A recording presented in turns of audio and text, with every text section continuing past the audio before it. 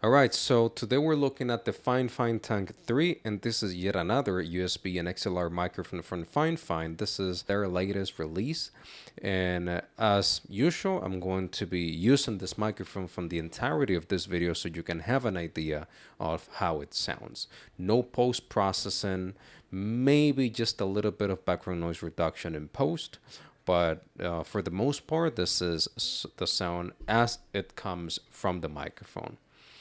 And right off the bat, talking about the build quality, this microphone is considerably better built than the previous microphones from FIFINE that I've tried, like the AM8 and the K688.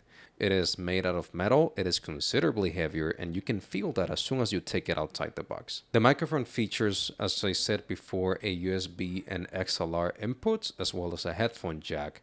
You also have on the side here two knobs, one for the mic gain and another one for the headphone volume. Now, talking sound differences when compared to the other microphones from FIFINE, which I have right here.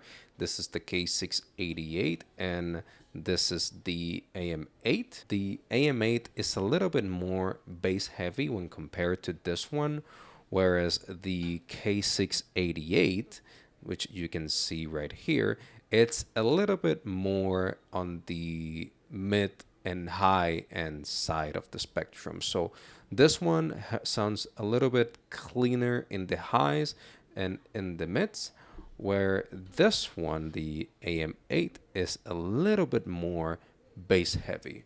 The K688 is quite neutral when compared to these other two microphones from FIFINE. And I quite like that. At least with my voice, I quite prefer a more either leaning on the high end or a more neutral sound for me. Again, I have reviews of these two other microphones, which I'm going to leave down in the description in case you want to listen to those.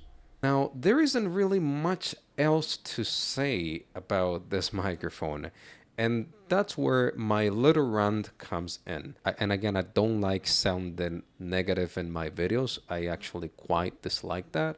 But at the same time, I have to be very open and honest about how I feel about, not about these microphones, but about the brand in general. And it's the fact that all these microphones that they've released are fine, but so are a lot of other microphones on Amazon that you can buy for under $100. Most of them are okay. They're fine. And that's it. Like there's no innovation other than a little bit different sound and a little bit better build quality. But in my opinion, I would love to see more than just that. If you're going to invest in building a new product and releasing it into the market, which by the way is an already crowded market, it better bring something new to the table other than just a little bit better build quality and a little bit different sound. I think this would have been a much better release if it had more innovation to it. Like there's this new microphone from Lewitt that has like a proximity mute function, like depending on how far or close you are to the microphone, it's going to mute itself. And there's also the Rode PodMic USB and the Elgato Wave 3 USB, which come with genuinely useful pieces of software. I'm not saying that all these companies should start copying each other, but they should really do something else other than releasing a product that captures sound. So do a lot of other microphones as well. Obviously with slight differences in quality, but at the end of the day, they all do the same thing.